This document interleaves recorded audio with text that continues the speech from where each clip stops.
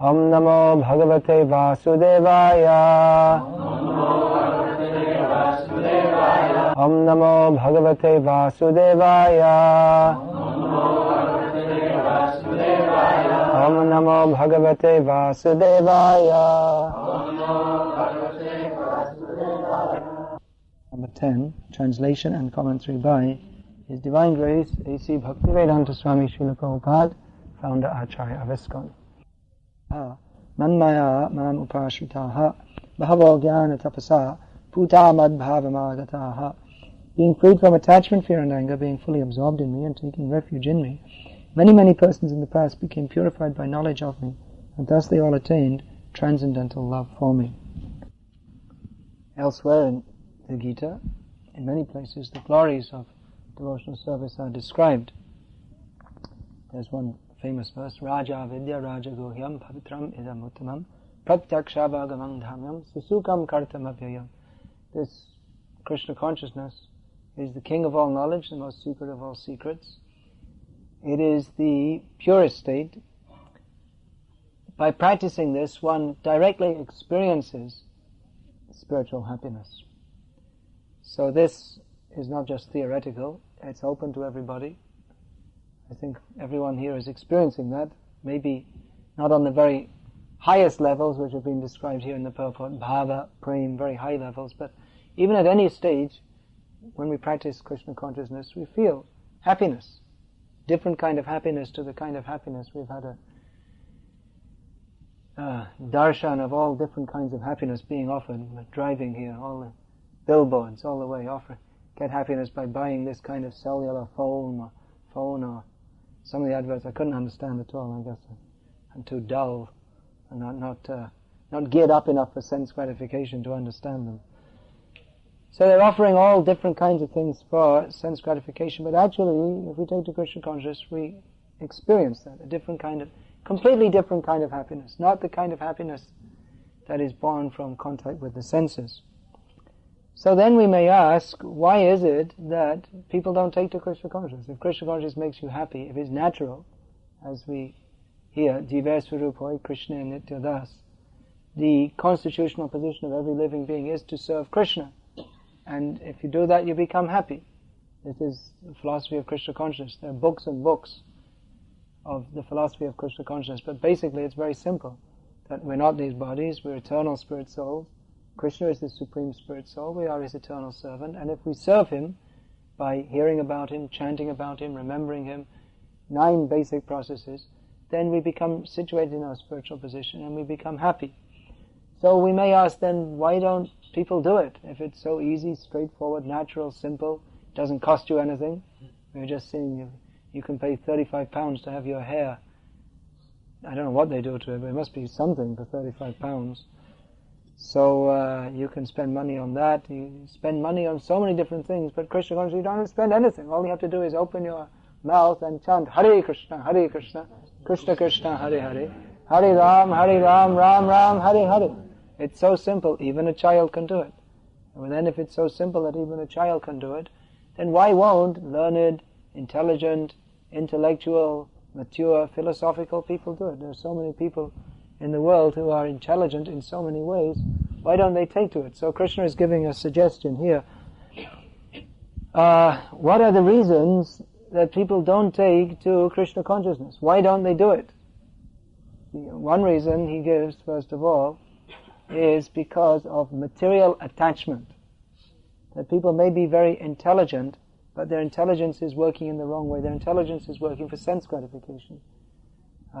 They're attached to this material world. Despite seeing that there's no happiness in this world, despite seeing that it's, as they say, the struggle for existence, despite everyone struggling, they're still hoping against hope that there will be some happiness. That's described in the Srimad Bhagavatam. Durashaya, that word is given. People who are too materialistic, they are hoping against hope. Hopeless hope. I will be happy in this material world. I just have to make a little adjustment.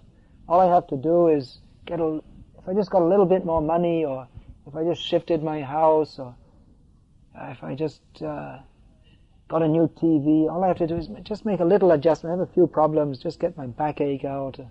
Go to the chiropractor practitioner and get my back. Just a few little adjustments. Then I'll be happy. Or I'm working. Then later on when I retire, I'll be happy. I'm always thinking, it's just around the corner happiness. But it's elusive because the corner, we never get around it. We're always on this side of the corner. So a life of hoping that for the future, but trust no future, however bright. That's the saying in the material world, and that's a fact. There is no situation in the material world which is happy. And even if you think, well, now I've achieved happiness, but you can't stay in that position because this material world, everything is temporary. Dukhalayama shashvatam. This material world is intrinsically not a happy place because there is repeated birth and death. But even if we think I'm very happy, we can't stay in this position. We have to leave it. Whatever we endeavor to build up, some business tycoons, they work very hard to build a huge business empire. Or someone may be less ambitious. They may just work to get a little house or something. But whatever it is, whether it's a bird's nest, whether you're a bird in a nest, or whether you're a tycoon with millions of dollars, you can't stay. Therefore, to be attached is not intelligent. But due to the power of Maya, because of this feeling that I want to enjoy this material world, there must be something here. There's so much advertisement. Everyone else is trying to be happy in this material world. There must be something here. But Krishna tells the plain fact in Bhagavad-gita, and those who are bona fide spiritual masters following in the footsteps of Krishna, they speak very plainly that there is no happiness here. We see some so-called gurus, they offer do meditation and you'll be peaceful and then you can live happily in this world.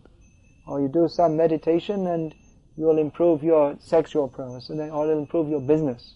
This is all cheating. Such so-called gurus have been described in the Srimad Bhagavatam as they've been compared to a stone boat. If you get into a stone boat with the idea of crossing the ocean, then you'll end up on the bottom of the ocean. You'll drown. You won't actually cross the ocean.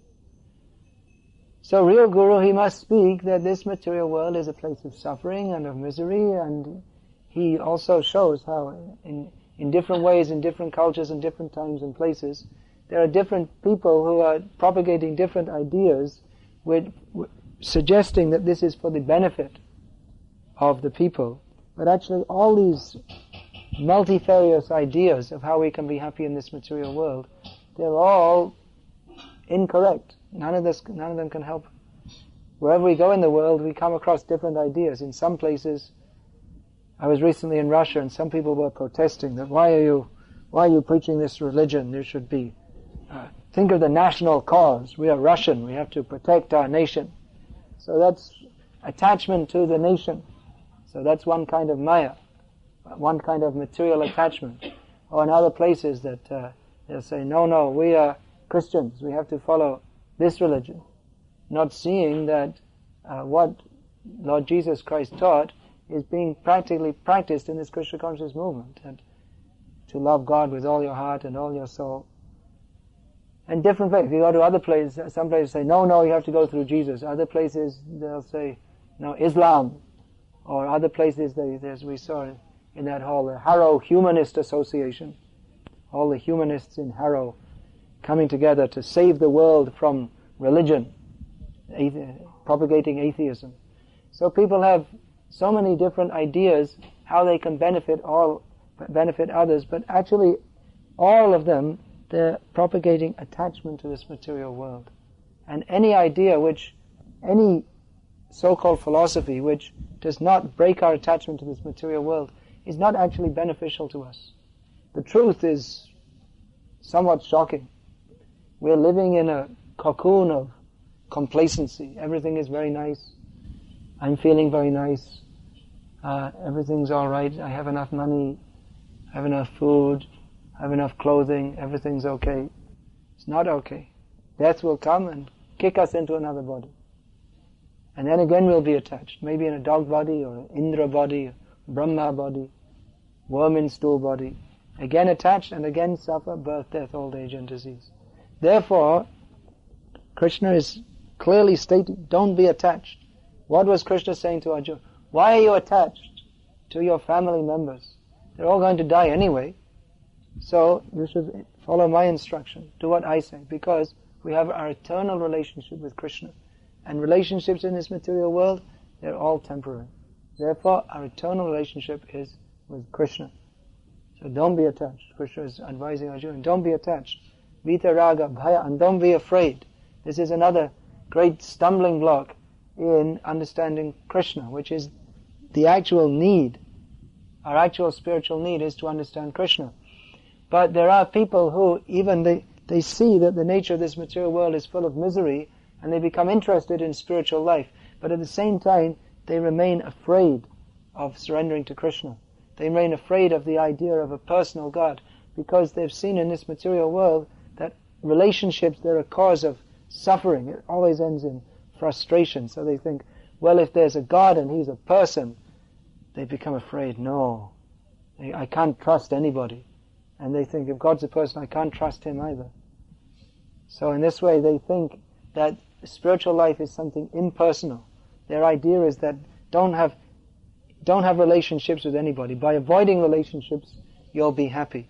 Because they see that relationships cause personal interaction causes suffering. So they think there's attachments. It's talking about material attachments.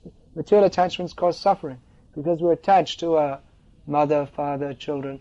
Then either we die and leave them behind, or they die and leave us behind. And there's the pain of separation. So those who are inclined to the impersonal concept of spiritual life, they think that no, we shouldn't be attached to anybody or anything, and in this way we'll avoid all suffering. But they don't come to the actual point of making our attachment to Krishna, in which there is no suffering.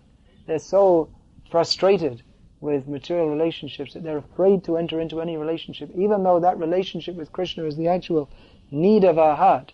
We can't remain impersonal. We can't remain without relationships. If we try to cut off all relationships, our hearts become rock hard. And we see that impersonalists, they actually can't develop any feelings for anyone or anything, become very cold. Some people, anyway, I don't want to say that. So, this is another great stumbling block, because our nature is to love. The nature of the soul is to love. But that love in this material world is always frustrated. But the point is not to stop that love. We can't stop that propensity. If we do, we simply become more and more and more frustrated inside. But rather to place our love in in the correct place where it will not be frustrated. So in the beginning of Nectar of Devotion, Prabhupada explains that the central point of Krishna consciousness is that our love should be reposed in Krishna. We're trying to love in terms of bodies. This is my friend, my family, my country, my dog, my cat. We're trying to place our love, but in a place where we cannot get full reciprocation, or even if we get what we consider to be nice reciprocation, it will be cut by time. So the proper place to put our love is in Krishna, because that Krishna will never fail us. Krishna will never cheat us or desert us, and that love will continue even after this body falls down. That is our eternal position in a loving relationship with Krishna, and Krishna will fully reciprocate in a way which at the present time we cannot imagine.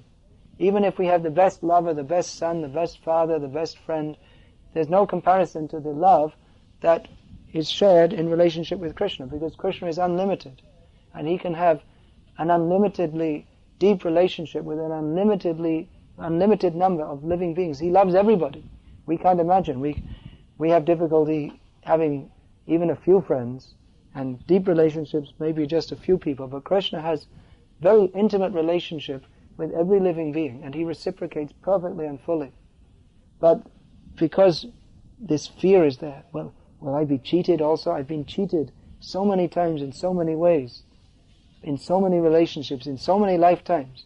So maybe this is another kind of cheating. Those who are afraid in this way, they prefer to worship the Absolute as impersonal. And in this way, they miss the whole point of spiritual life, which is to come to Krishna. So they understand one point, that we shouldn't be attached to this material world. But that's very good. But that's the beginning. If you don't pick up the proper point of where to be attached, then even though we make the advancement of becoming detached from this material world, we don't become attached to Krishna. And if we don't become attached to Krishna, because our natural propensity is to be attached to something, to love something, then after some time, because if we don't develop our love for Krishna, then again we become attached to this material world. That's what happens to impersonalists. Even though they practice many austerities and they cultivate a sense of detachment from this material world, they can't maintain it, because you have to love something.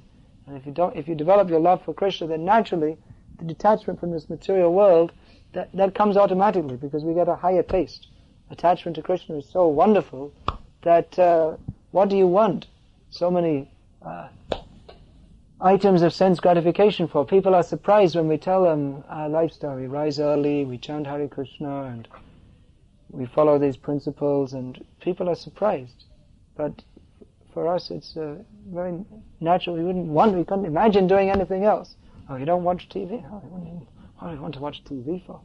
We can chant Hare Krishna, but don't you get bored of it sometimes? No question. We don't get bored. We want more time to chant Hare Krishna, study the books about Krishna, speak about Krishna. There's so many things to do in Krishna's service. We're campaigning for the 48-hour day. We want a longer day. The materialistic people, they go on strike. We want a 30-hour week or something like this. We want a 30-hour day. We want more time to serve Krishna. Krishna consciousness is so enlivening that we don't want to kill our time. Or you see people on Sundays, they like to sleep all day. They think their reward after working hard all week is that they can sleep. What? Sleep? That means they'd like to be dead practically. If the pleasure is to be asleep, then what is your life? It's so depressing. So vita raga, bhaya, krodha. Other people, they become angry in frustration. They see so many misrepresentations of religion that they become angry at any kind of religion. Just like Karl Marx, he was saying that religion is the opiate of the masses. He saw actually in the name of religion there's so much cheating going on. And there certainly is today also some cheating in the name of religion. There are so many bogus things, and then that could be a subject of one big book in itself. So many, in India, at the last census of bogus incarnations, there were 320 proclaimed avatars of God, all competing with each other. I'm God, no, I'm God, I'm God, no, I'm God. So many bogus incarnations and so many bogus things being preached in the name of religion that it's not surprising if people become frustrated and think, if this is religion, then what's it got to do with me? Politics, religion mixed up, misused, the name of God misused. So naturally, some people become frustrated, but that's actually not very... Generally, people who are more intellectual and discriminating, discerning, they may become angry at all the cheating in the name of religion. But it's actually not fully discerning and it's not fully intellectual to take such a stance. Because even though there may be so much cheating in the name of religion, one should be intelligent enough to see that there's something positive there also. And so many people may be misusing it, but if you see the original source, what do the great teachers say? What is Jesus saying? What are his teachings? What does Muhammad say? What does Krishna say? What do the great acharyas say? That other people, they may exploit and misuse that. But if you see what those who are actually great spiritual leaders say, that is definitely something very valuable for mankind. So why don't you see that? Instead of seeing the misuse, why don't you see what is the actual essence? That is something valuable for us all. But those who are actually the root cause of all of this, attachment, fear, anger, why people are trying to avoid, or why they don't come to spiritual life, is because of underneath it all is an underlying sense of defiance of Krishna. This Krishna explains later in the Bhagavad-gita. But why do people not surrender to Krishna? Namang dushkritino murha prapadyante naradhamaha maya parita jnana asarang bhavamashrita. Krishna explains what is the ultimate reason people don't surrender to Krishna. Even though they may be learned scholars, philosophers, they may be religionists of some sort, why don't they surrender to Krishna? Because they have the wrong mentality. They are of sinful mentality. They're called dushkriti. Sinful people, those who have no stock of pious activities. Those who are of bad nature. And they are divided into 4 classes. Mudha means just like an ass. Their ass means he's stubbornly attached to doing something which is of no benefit to him whatsoever. He working like an ass. He doesn't get any benefit, but he's thinking, yes, I'm getting benefit. So it means someone who's totally misguided in his life and who's stubbornly attached to a wrong concept of life. Naradhama means lowest among mankind, who he very carefully avoids spiritual life. He says, I have no time for it. He has time to read the newspaper, watch the TV, but if you offer him, please read Bhagavad-gita, no time. He's expert avoider. Then maya aparita jnana means someone who's materially intelligent. He may be a scientist, Nobel Prize winner, PhD, all this. But spiritually, because he has a very deep sense of that I will not surrender to Krishna.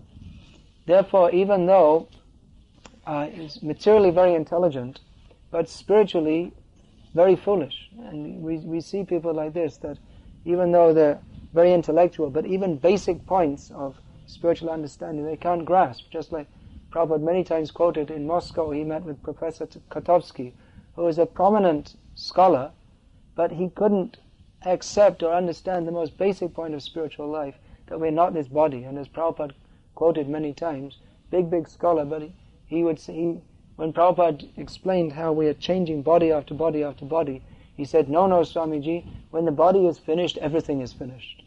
No philosophical explanation, just I firmly believe.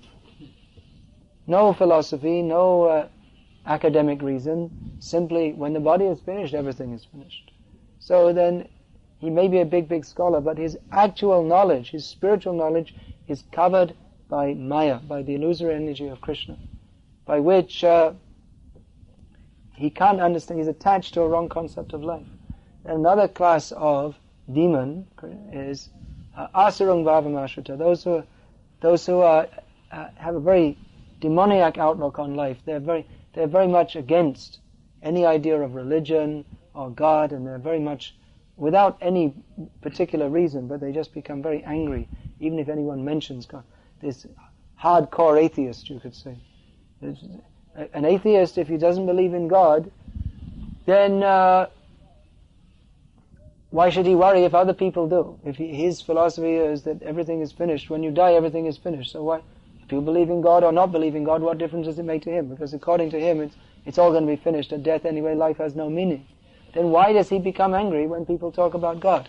So actually these type of atheists, they probably think about God more, and they talk about God more. No, there's no God, we don't believe in God. They're actually preoccupied with the thought of God, but in anger.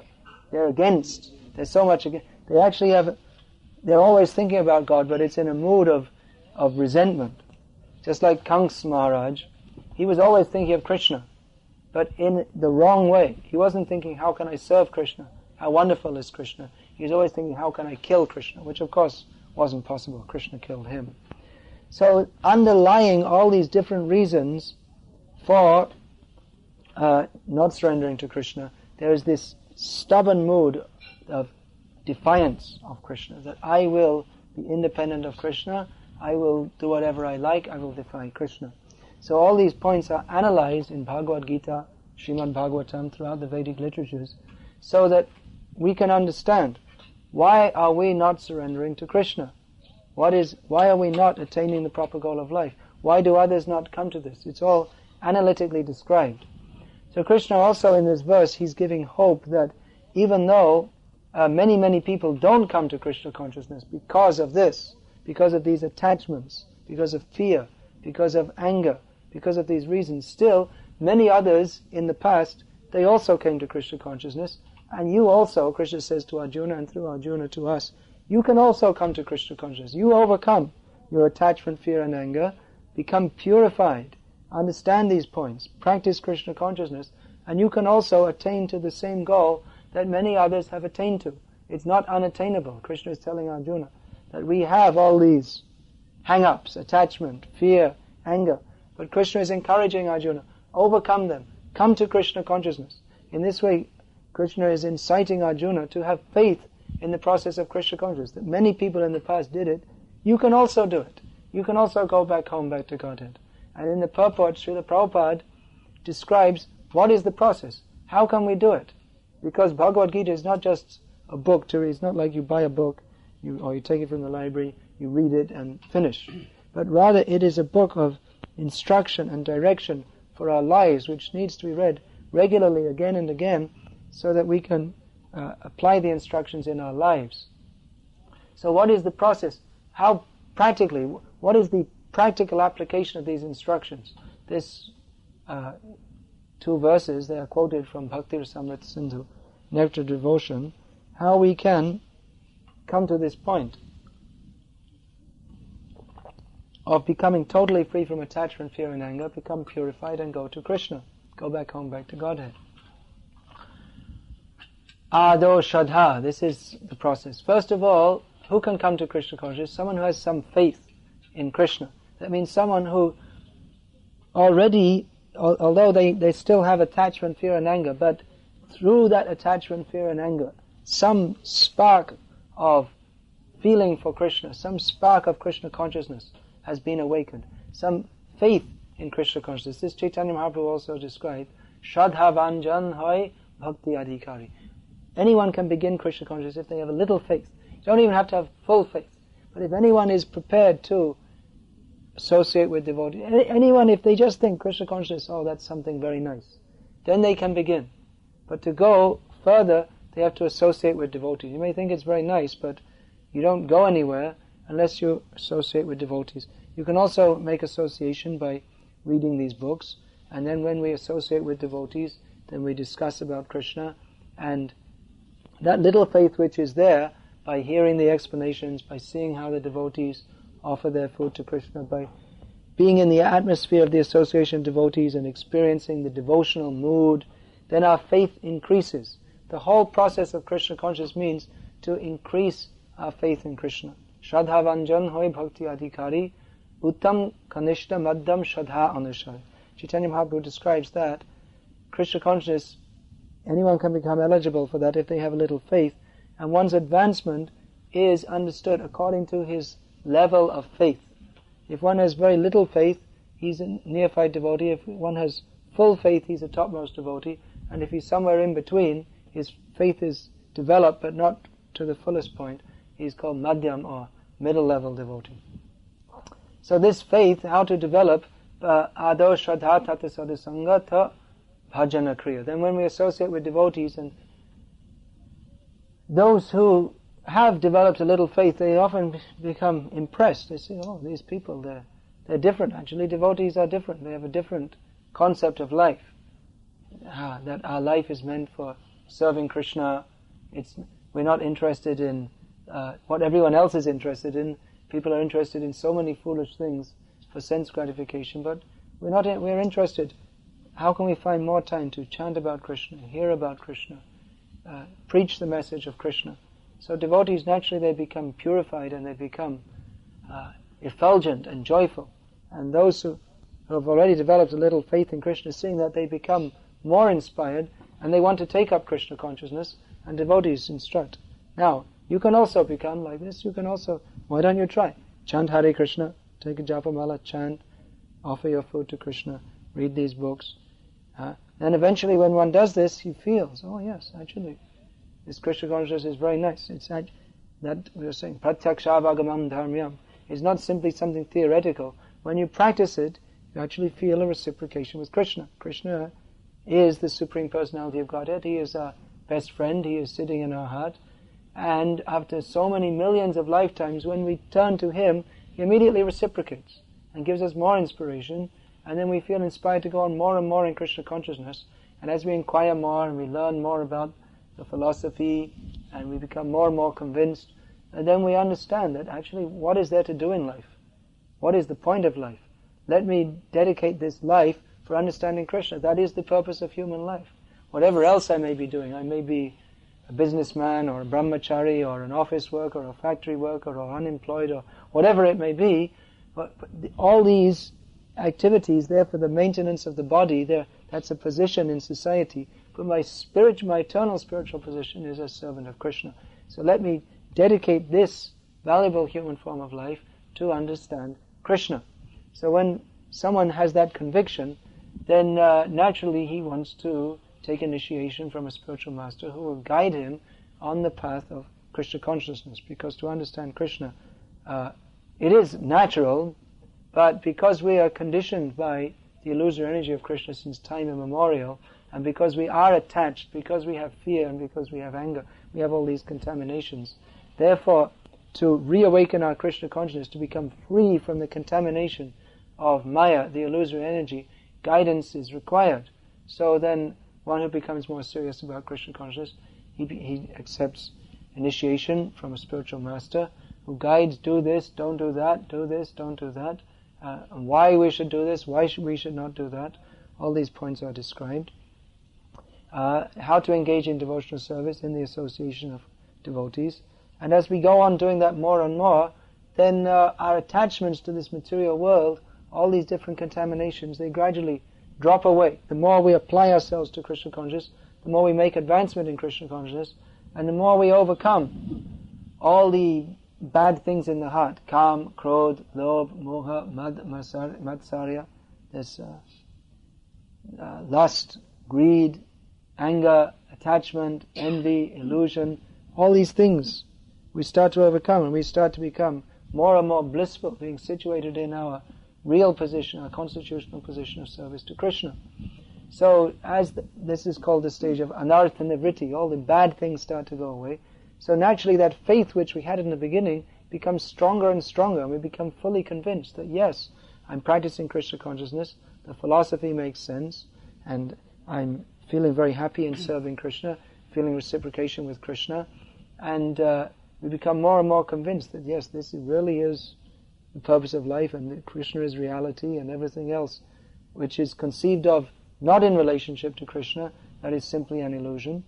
So we become fully convinced about Krishna consciousness, and we gain a taste for serving Krishna. In the beginning we may find it a little difficult. People say, well, how can I stop watching TV, or how can I stop smoking cigarettes? But after some time there's no question. The question is different. How can I find more time to serve Krishna? And we feel a taste in that. We feel very happy. Oh yes, let me chant Hare Krishna more and more. Let me serve Krishna. Let me study these books of Krishna. We feel a taste. Different people are attracted to different aspects of Krishna consciousness, but that natural taste for Krishna consciousness awakens, and we feel more and more attached to the service of Krishna. So as that attachment becomes very strong, then our attachment to Krishna becomes strong there, and our attachment to this material world becomes non-existent. All those attachments which non-devotees, they may try to give up, those who are on the spiritual path, impersonalists, they may try to give up by performing very severe austerities. But a devotee very easily gives up attachment to this material world by chanting Hare Krishna, dancing, taking prasadam, reading Bhagavad-gita as it is, so that the feelings for Krishna, they develop more and more and more, and eventually one becomes situated in full love of God. So this is the process of Krishna consciousness. This has been summarized in these 2 verses and from the Nectar of Devotion that is elaborately explained in the Nectar of Devotion. Here in Bhagavad-gita we have a lot of information about why we should practice devotional service. And Nectar of Devotion also gives that. But Bhagavad-gita also gives information how to practice devotional service.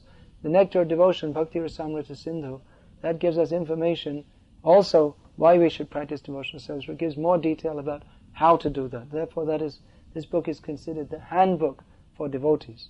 Actually, these books, Bhagavad-gita as it is, Nectar of Devotion, Srimad Bhagavatam, Teachings of Lord Chaitanya, particularly these 4 books, these contain all the essential information for Krishna consciousness. So we should try to read these, understand, become convinced more and more and more, learn the philosophy so that we can apply it in our lives, explain it to others.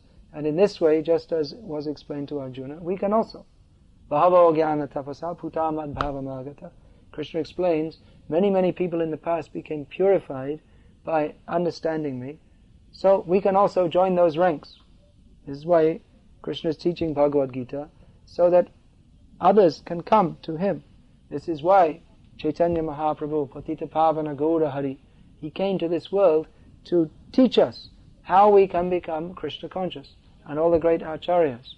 Srila Prabhupada, in recent times, very great, powerful acharya, traveled all over the world, touched the lives of many thousands of people, is still doing so, and his representatives are on his behalf going all over the world doing the same thing.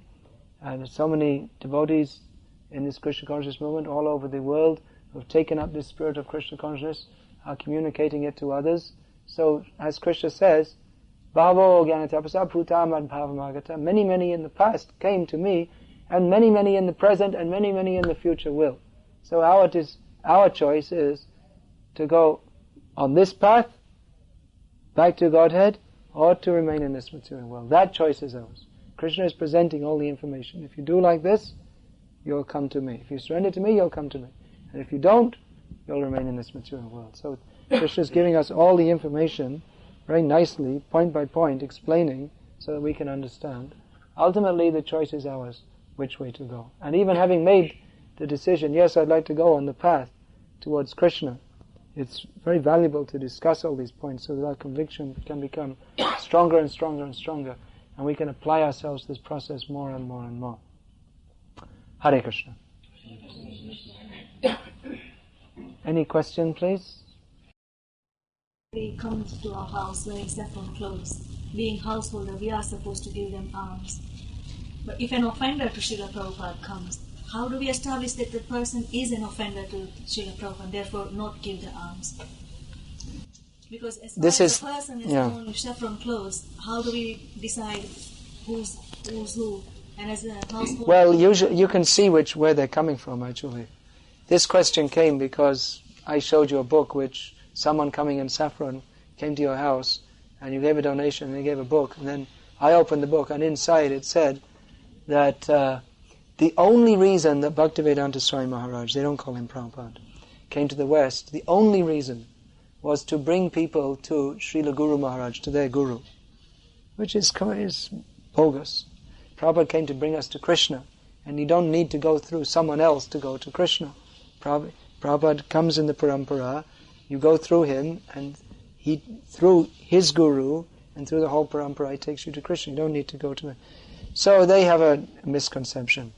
So anyway, these people, it's not necessary to be impolite to them. They're also saintly people, but they have a very bad misconception, somehow or other. So you can give them some milk, some banana like this, but you can say that we respect your sannyas. We do. We respect. But as far as your understanding of Srila Prabhupada is concerned, we can't support this. We can't support this with our donation. Supposing an impersonalist sannyasi. Impersonalist sannyasi also, same thing. Even their sannyas, even that they're a sannyasi, even to be a sannyasi, that's something glorious. So we don't support their philosophy, but there's something that Prabhupada taught that we should respect even a Mayavadi sannyasi. Respect means we don't have to donate so that to help them propagate their nonsense, but we can be respectful and give them some fruit, some